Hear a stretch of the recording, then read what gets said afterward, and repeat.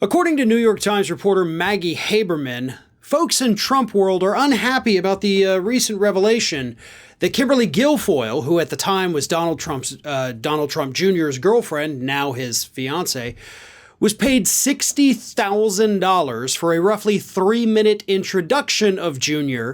for the Stop the Steal rally. Haberman says that folks in Trump world are, of course, sharing the clip, and they're outraged that this woman pulled in $60,000, basically $20,000 per minute, to simply introduce Junior at this rally. I mean, let's be honest, that is an exorbitant amount of money, but at the same time, there's nothing illegal about it, right? Nobody is accusing Kimberly Guilfoyle of breaking any laws or whatever. I mean, if they had $10 million they wanted to pay her for 1 minute, they could have done that and it would have been okay. The problem isn't how much she got paid for how little she spoke. The problem, of course, is the perception of it all. Because now that those folks in Trump world that Maggie Haberman is out there talking to, now that they know how much money this family pulled in addition, of course, to the $250 million they got to fight election fraud that they didn't spend on election fraud fighting, people are wising up to the grift.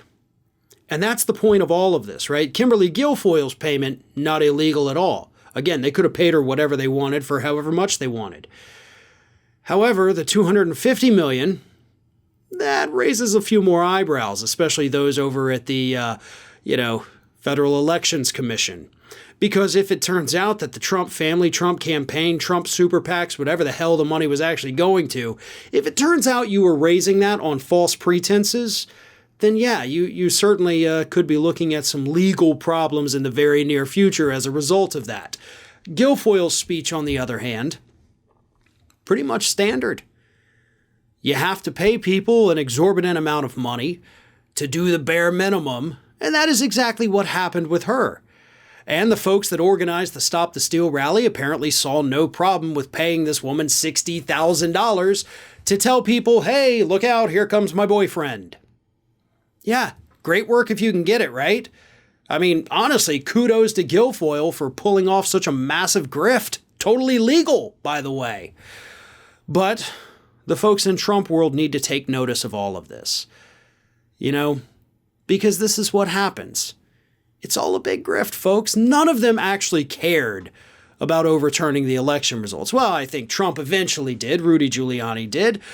But for most of the rest of them, it's all about making a buck. Right? Hey, Steve Bannon's podcast, he talks about it every day. But what does he get from the podcast? Lots and lots of money. Mike Lindell, out there every day pushing these election myths. What does he get from that?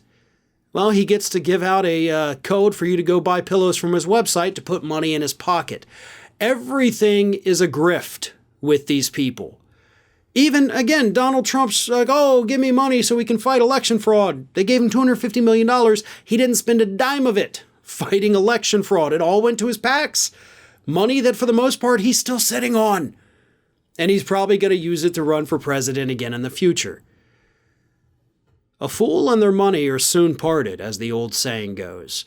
And when it comes to the Republican Party, apparently there's plenty of fools with plenty of money. More than enough to go around for everybody to get in on that massive grift. Hey everyone, this is Aspen. And did you know that for the low cost of $0 per day, you can subscribe to the Fair and Balanced YouTube channel? We also encourage you to like, comment, and share. But again, click that subscribe button and help Aspen not be so grumpy.